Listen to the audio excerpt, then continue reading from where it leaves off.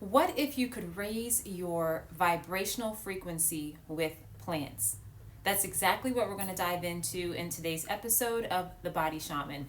Today's talk is going to share how you can create what I like to call a shaman's apothecary. So we're going to be chatting about herbs that we can take, that we can ingest and take internally, and that we can use in our immediate personal space to really help elevate our energy and to clear our field, remove stagnation, and also really to integrate these herbs practically into our everyday lives. That's really what it comes down to. It's cool to learn all of the new things and to gather new resources and tools, but if you can't practically apply them to your life, then they really don't have much use. So today we're going to dive right in. If you're new to my channel, my name is Cicely. I'm the owner of Tao Holistics, which is a boutique apothecary and functional medicine practice. I'm located in beautiful coastal Delaware, just a couple of miles from the ocean, but I work with clients everywhere, including at retreats, workshops, and I also teach a clinical herbalism program for those who are aspiring herbalists and who are interested in really carrying this magic of plant wisdom into their lives and also into a life of helping others do the same. So let's jump right in. So when we talk about raising our vibrational frequency, first I want to just give you a little bit of backdrop about herbs. When we're talking about using herbs medicinally, there is such a beautiful wisdom and energy and intuition that nature already carries. I want you to really stop and think about that just for a second. I know you're probably busy. I know you have errands to run today and things to do, but I want you to just for a moment give that some thought. Amidst our human busy schedule and all of the obligations that we tend to take on, I want you to just settle in and think about nature. What does nature require in order for it to thrive? Not just to survive and to live, but what does nature really require? It's pretty simple when you think about the basics. It needs fresh air, it needs clean water, it needs sunlight, and then of course we reach that dormant part of the year where everything contracts and we move into a more hibernation type state, including nature. But when it's time for its rebirth in spring and it's full blooming and blossoming in the summertime and then the harvesting in fall, it's really still that simple. Nature only needs a few elements to truly thrive. And from that, we can take sustainability and we can borrow that wisdom and intuition and we can merge that with our own energy fields and with our own physiology. So let's chat a bit about vibrational medicine. What does raising your vibration mean anyway? So everything in existence carries its own unique vibrational signature. In fact, the entire universe, the cosmos, was built off of sacred sound, which then created sacred geometry, which created this beautiful vibration and frequency that has birthed everything that is around us. It doesn't matter if it's your physical body, the chair that you're sitting in, the car that you're driving, everything has its own unique energy footprint and its own unique vibration. So when we talk about raising our own vibration, it's really moving us, elevating us into a space where we can increase our energetic frequency and feel better in our bodies, feel better in our mind, and to just feel calm and more settled in our own being. And so when you think about low vibrational states, and when we say vibrational, it's the same as saying vibe. So high vibe, low vibe, good vibe, bad vibe. And we all know what it feels like to be in a bad vibe situation or to feel good vibes when you're around like-minded people or in a space that uplifts you instead of bringing you down. And so when you think about low vibrational states, these might include fear, stagnation, worry, things that just do not resonate with ourselves. Yet and still, we still somehow feel like we can think our way out of a problem or worry about it long enough until it changes. And in fact, that could not be further from the truth. Worrying is like praying for what you don't want to happen. And so when I really caught on to that concept, it shifted my whole perspective around my accountability for my own energy, because we're all responsible for our own energy. So those are examples of low vibrational states. Now, when you flip that over and you think about high vibrational states, what comes to mind? It's joy, it's love, it's clarity, it's focus. It's when you're in flow, when you're in rhythm, and everything just feels so aligned. Now, notice I didn't say perfect. We can have those moments, and we do have those moments that just feel literally perfect. But it's important for us to remember life is filled with ebbs and flows, as above, so below. And so we have to be aware that not every day is going to be a 10 out of 10, like would recommend, right? So we have to keep that in mind. But it is totally possible for us to shift into high vibrational states and to really harness more of the joy, the love, and those feelings that just make us feel good and are really resonant with our spirit. And so what I want to share are three groups or three categories that we can really harness their potential in raising our vibrational states. And so we're going to chat about a few different herbs along with a little bonus section at the end.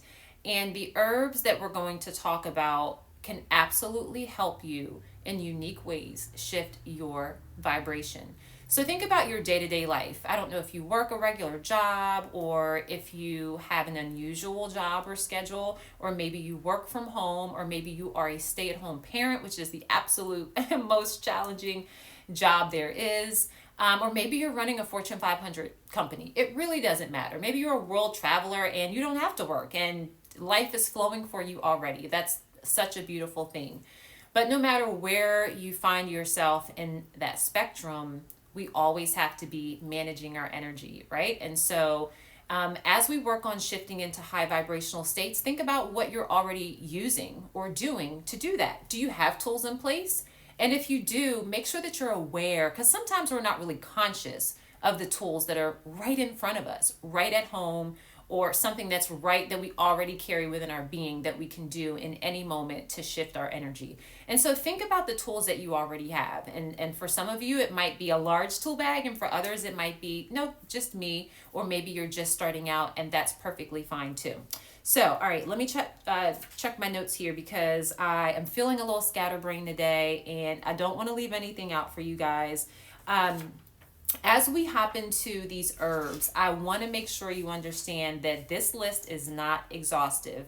There are so many like wondrous plants that we can use as medicine for both our physiology as well as our energetic field, our energetic body, okay? Our chakras, our meridians, all of this is quite possible. And so the herbs that I'm going to share are just some of the magical herbs, all right? So first category, clearing and purification.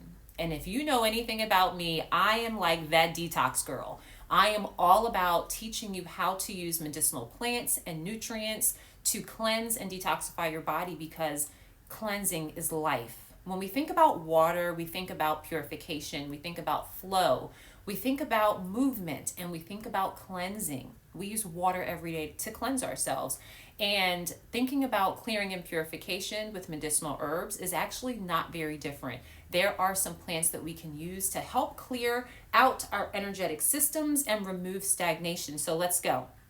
Herb number one is white sage. Now, this is an herb that is traditionally used for smudging and clearing the energy in a space. It works beautifully whether you are actually using, fire or lighter to smudge it, or if you are maybe using a smudging spray, that can be just as powerful. And remember, intention is super important here. So even if you don't have the tools I'm going to mention, using your mind to envision it doing a thing and using your inner power to declare that that is doing what you want it to do can absolutely work. So I want to make sure that that's clear for you. But white sage is one of those herbs that I used before I started recording today to just clear and reset my energy and space. I had a lot on my mind this morning, which is why I mentioned I'm feeling a little scattered brain. So I wanted to reset the energy before I got on here to start sharing with you guys.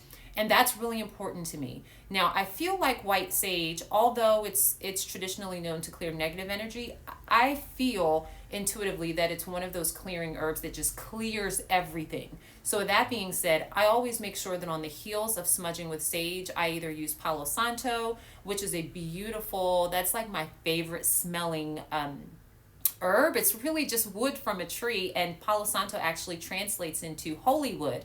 And so I always follow up sage with either Palo Santo by smudging that, or you could use a smudging spray. And the smudging spray could actually contain both of the plants at the same time. But you can also use your intention. And today I purposely did not follow it up with Palo Santo. I literally just declared the space. I sat with myself for just a moment and declared the space positive, uplifting, safe, sacred, and healing. Like, this space is all that I need in this moment. And you can create that same space for you, even if it's the space in your cubicle at work or the space around you on the seat of the subway that you're riding. So I really like to make sure that you feel empowered, because you don't have to have all the things. I just like to share them with you so that when you are able to add tools here and there to your medicine bag, that I've got you covered. All right, so we've talked about white sage. The second herb I want to talk about is holy basil. And holy basil, also known as Tulsi, is a revered herb in Ayurvedic medicine, which is the traditional medical system of India. Holy basil has so many benefits outside of helping to clear and purify the system. It's uplifting. It also is an adaptogen, so it's going to help you build your resilience emotionally and physiologically to stressful situations. So for that reason, you'll often find holy basil in adaptogen type of formulas that really help the body adapt to stress. Now, whenever we're talking about adaptogens, it does not mean keep throwing stress at your life. It simply means try to reduce the stressors, but the adaptogens help strengthen your resilience to whatever is happening around you. So holy basil can be used to help purify and clear the energy. And you can take in holy basil, and we'll talk about how to integrate these herbs into your life, into your daily practice. But you can use holy basil in a spray form. You can also ingest it, and we'll chat about that at the end. The third herb that I want to mention here is nettle, or stinging nettle. So the nettle plant is quite medicinal. What I love about nettle, and for an unusual reason, is why I'm including it in this category. I love that nettle is so nutrient dense. So nettle leaf, more specifically, is where I'm going here, but we can also use the root of the nettle plant. In fact, nettle root is actually featured in my perfect prostate formula for men, because it's very cleansing, rejuvenating, and really helps to improve prostate health and strengthen all of that. But that's a whole different conversation. Nettle leaf is more commonly used for, it's a diuretic, so it's more commonly used to help support the kidneys and their function, to help support the bladder, the entire urinary system. And what I love about the nettle plant is how nutrient dense it is. So I've included it in this category because it's so mineral rich, and minerals are life. We hear and talk about vitamins all the time. Do you take a multivitamin? Did you get your vitamin D or your vitamin A? And those are amazing. Trust me, we need those. But minerals are just as important, and they are electric. And so nettle, because it is so nutrient dense and contains so many minerals, is excellent for helping to purify the system, your energy, and also repleting those minerals that oftentimes we are deficient in. So nettle rounds out this category of the clarifying and purifying herbs that we can use to really help just like create a clean slate for our energy, okay? Category number 2 would be elevation and expansion. So in this area, I want you to think about, okay, we've set the stage, right? We have cleared the slate, and now we are ready to ascend. We're ready to be receptive to higher energies and more information from source. And the herbs in this category that I want to feature, the first one is blue lotus. Blue lotus is like this lovely magical herb that was used, dates back to ancient Egypt, and has been used over the years for many millennia for meditation and connecting with higher realms, enhancing your intuition. You can see like the Egyptian artwork in the back. That is totally the vibe here, because taking in herbs and using herbs even in other areas of our lives, for me, is quite alchemical. So I love to teach and share how you can create alchemy in your life in a very similar way to what our ancestors in ancient Egypt did. It's quite powerful. So blue lotus is a really cool herb to experiment with, and can also help with your dream state and just creating more magic in your life. And so when we're talking expansion and elevation, connecting with the higher realms, this is one herb that absolutely comes to mind for me. The next herb here is Gotu Kola. Gotu Kola is like this amazing herb for the brain. Now, there are a lot of herbs that are beneficial for memory, cognition, clarity, focus, all of that. Gotu Kola is an A-lister here. In fact, it's one of the main herbs featured in my memory and focus formula because it's that good. But another thing that I love about Gotu Kola is that it is helpful for stimulating your spiritual insight and intuition because of the mental clarity. Our brain is so vital to our being. It's like the command center. And when I think of the brain, first of all, we want to remember, or if this is your first time hearing this, it's not just the brain in our head that's controlling things, but I think of it like a triangle. It's like a trifecta. We've got our gut, our brain, and our heart. And those three things are very essential in communicating with our nervous system and informing our biochemistry what to do, informing our biochemistry how to behave. And so Gotu Kola is a super standout herb for your mental cognition, for your mental well-being. Trust me, you will not regret taking Gotu Kola and incorporating this in your day-to-day lifestyle. You just will not.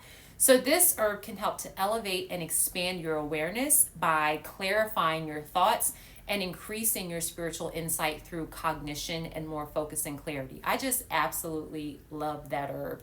And so those are the two herbs that I wanted to really focus on for elevation and expansion. Are there more? Absolutely. If I were to add a third herb to this category, I would add a mood enhancing herb, because when we don't feel great in our mood, like, we really don't want to do much of anything unless it's absolutely required or necessary. And so including a mood enhancing herb could be a really good idea here. Some examples could be Albizzia bark, which is great for depression, great for lifting your mood. St. John's wort is another herb that's amazing. It's nature's antidepressant. However, you want to make sure that you are not taking a prescription antidepressant along with St. John's wort. Those two are contraindicated with each other. Another herb that's also mood enhancing is saffron, and this is also known as a culinary herb. It's a little on the pricier side. If you've ever used saffron in cooking, you know that you typically only use a pinch because of that. But also saffron is one of those herbs that it takes, I don't remember the exact number of flowers, but it takes so many tons of flowers to create a small amount of saffron. So that is one herb that I use with reverence, simply because I'm grateful that I don't have to be the one that's collecting all of it. So I'm thankful for all of the people who play a role in bringing herbs to our table, right? We're not out there just foraging. And if you are, and if foraging is your thing, that is absolutely wonderful. Just make sure that you are 100% sure that you know what plants you are harvesting. That is important for your safety. And so adding a mood enhancing herb. Finally, we're going to talk about heart-centered living. Why heart-centered living? Well, with our heart being considered our third brain, and just with it being such a vital organ in our body, we absolutely want to make sure that we are leading from the heart in everything that we do. And I know that that can feel like a tall ask. We're human. We're living this human experience where we have ebbs and flows, highs and lows. We don't always get to control. Well, we don't get to control anyone else other than ourselves. And so living a heart-centered life is a work in progress, because we're constantly redirecting our energy. For those of us who are doing the inner work and we want to grow spiritually, with growth comes challenges. That is the way we grow. And so living a heart-centered or heart-inspired life where we come from love is can be challenging, but is absolutely an amazing goal to have, because that really steers us on the right course, allows us to course correct ourselves, and to be in that space where we are coming from a place of authenticity and love. So there are two herbs that stand out here for me that I have an absolute reverence for and lovely personal relationship with. The first one is rose, and this is no surprise. Rose is one of those beautiful, of course, beautifully fragrant smelling flowers. It's very gentle for the heart space, for the heart chakra, but it also can enhance our emotional awareness and our emotional intelligence. It helps to encourage self-compassion, self-love, which can then help to reduce judgment of ourselves and others. And if you're someone who's not typically into floral scents, I am not. I love to smell a rose on on a rose bush, but I'm not one who loves to smell rose like in a lotion or an essential oil. But that's okay. When we take in herbs medicinally, we are that's very different from using an essential oil per se. So we can use rose in herbalism through drinking teas and taking them in tinctures, which we'll talk about in just a moment. But rose is such a gentle herb with such profound benefits that it is one that probably tops the list for heart-centered living. And I mean, it's pretty self-explanatory. It's rose. So the second herb, which from a clinical standpoint, when it comes to dealing with the heart, I would never be without this herb. I mean, I would never, ever be without this herb. Can you guess what it is? It's hawthorn.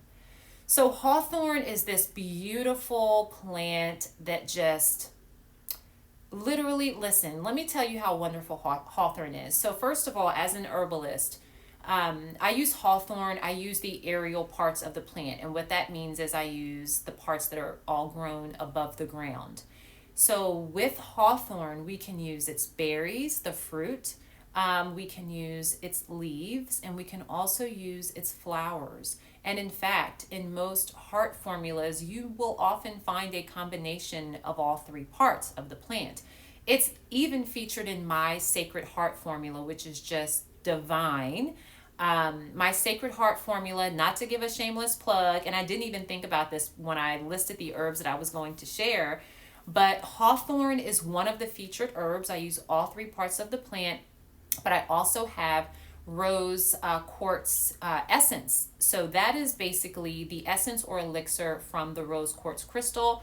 And I carry that vibration through the rest of the formula to really help on an energetic, on a vibratory level. And so you can always check out my tinctures, my formulas online at my website, taoholistics.com. But getting back to hawthorn, it is one of the most, if not one of the best, if not the best, cardiovascular tonics that exist naturally. Hawthorn berry specifically is so effective at helping to regulate the heartbeat. It helps on an energetic and physical level. Even people who have had bypass surgery have been able to consume hawthorn safely. And of course, you always want to check for contraindications depending on medications that one might be taking before you use any herbs or supplements. But hawthorn is such an amazing plant, and here in this area of heart-centered living, it can play such a major role because it can work on an energetic level while also helping to improve any stagnation or physiological issues that you might not even know are there. So if you're looking for something to tone your cardio system and really get circulation improved and really just start bringing it all together, really you don't have to look any further than hawthorn. So rose and hawthorn round out that category for heart-inspired living or heart-centered living. Don't forget your inner power, meditation, prayer, sending out positive healing energy, being an observer, aiming for neutrality, really wanting to step away from emotional reactivity and think about how you can heighten your emotional intelligence and respond, even if it's not in real time. So I think there's a lot to glean from this conversation. Raising our vibration sounds fun, but that does often come with challenges because we need something to serve as a contrast to get our butts moving in the right direction and to really motivate us for growth ultimately. So, okay. And now that we've talked about all of the herbs, I didn't want to miss out on sharing. I had to grab my notes so I didn't forget here. Sharing all of the amazing ways we can integrate herbalism into our daily practice, more specifically, all of the plants that we've talked about. So, one of the first categories, which is probably the absolute easiest, is to drink an herbal tea. Teas and infusions, which a tea is an infusion. An infusion is a water-based herbal preparation, which can be on the weaker side, and I don't mean weaker in a negative sense, but on the weaker side, like an herbal tea, or you can actually steep it longer or even for hours or overnight and create a strong infusion, which has even more medicinal properties.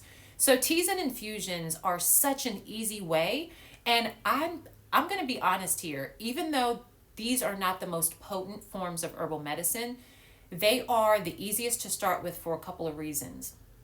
Number one, it's simple to make. It only takes a few moments to steep a cup of tea. Number two, it forces you to hydrate. You are consuming more water naturally by drinking teas and infusions, and that is such a lovely benefit. It just takes less work. You don't have to think so much about drinking water, how many cups have I had today, when you are consuming herbal tea, because it all just flows, and you're getting your medicine at the same time. The second way that you can get these herbs into your daily life would be herbal baths. Take a bath with, and we didn't talk about this herb, but lavender, rose. There are so many options. You can sage your bathroom before you get in the bathtub.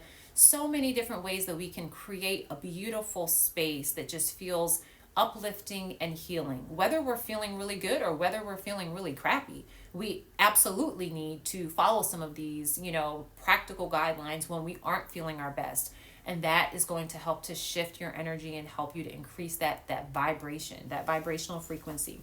So herbal baths are amazing. I love, love, love baths. They are super restorative. You can also add things like Epsom salt, which is a really rich source of magnesium, or even sea salt if you need more of a detoxifying effect. So lots of options there. Next, incense and smudging. Pretty self-explanatory. You can burn incense like resins that come from natural herbs like frankincense and myrrh.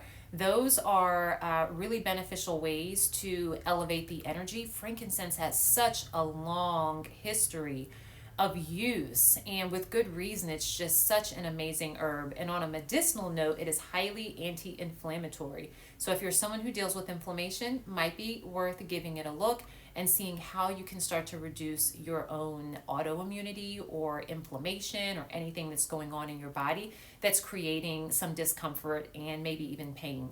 And frankincense is featured in my anti-inflammatory formula called shikimic acid booster, which helps to neutralize spike proteins and inflammatory cycles in your body. Next, and then smudging we already talked about. You can smudge, you can literally smudge, or you can create a smudging spray. And there are so many different recipes and formulas that you can find online, even on YouTube, different places to get ideas for creating your own.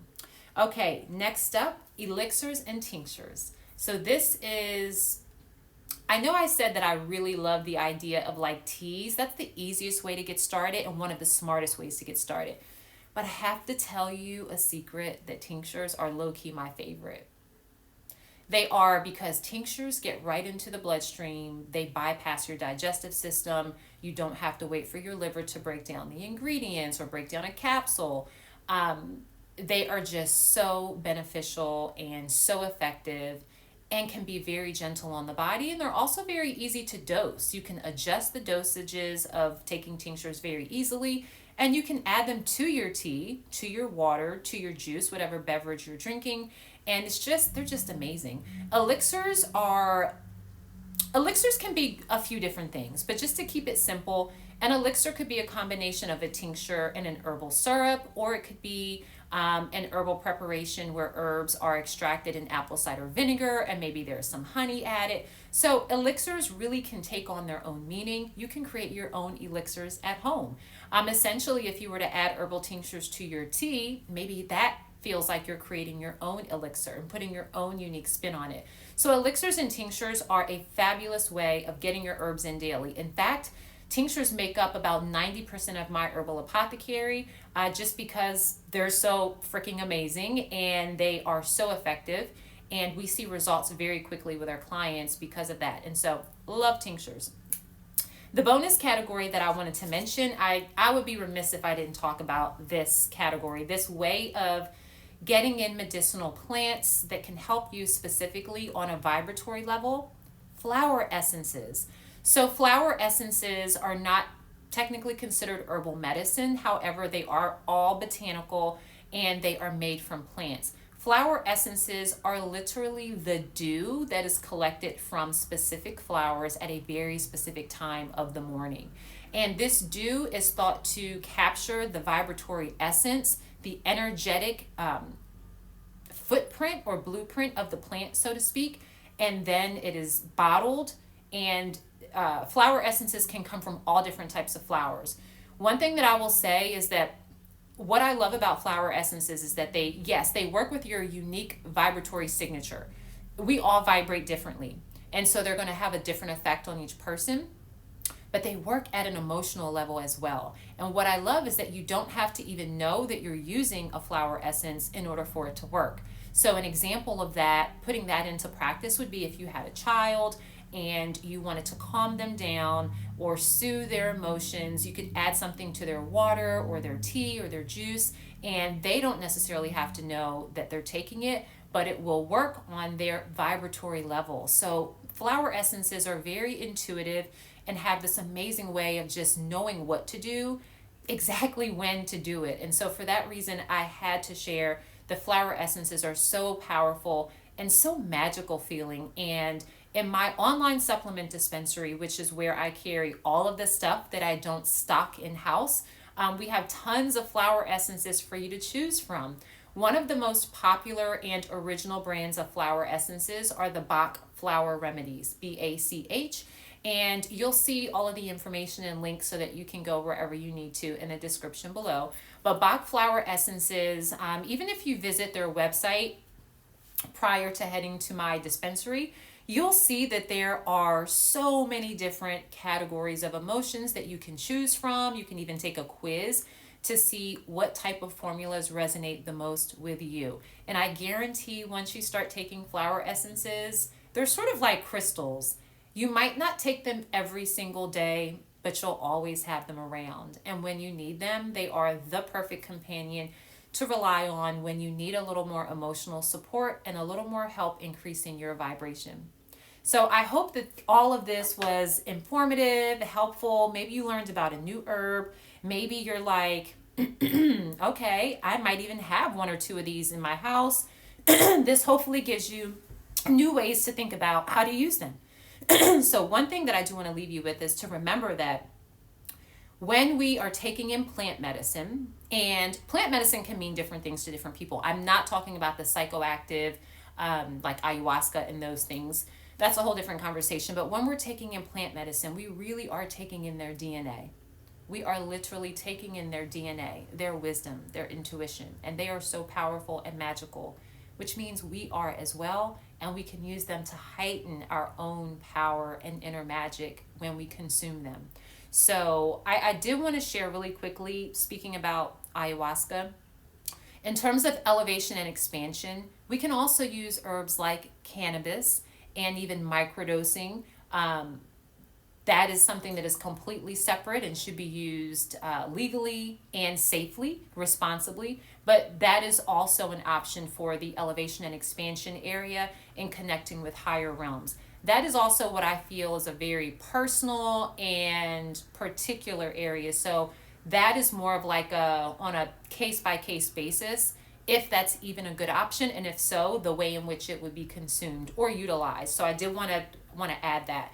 But when we take in plants, we're truly taking in the power of nature and their magic, and we can use them to deepen our connection with ourselves, with Source, and with Mother Nature herself, with the world around us. And there is nothing more beautiful than deepening our connection with nature, because it literally shifts our perspective and the way that we see everything. So I hope that you guys enjoyed this episode. Let me know in the comments. Make sure that you like, subscribe, and share so that other people can catch this content as well as I'm growing my channel here at The Body Shaman. I want to say thank you, and I will see you in the next video.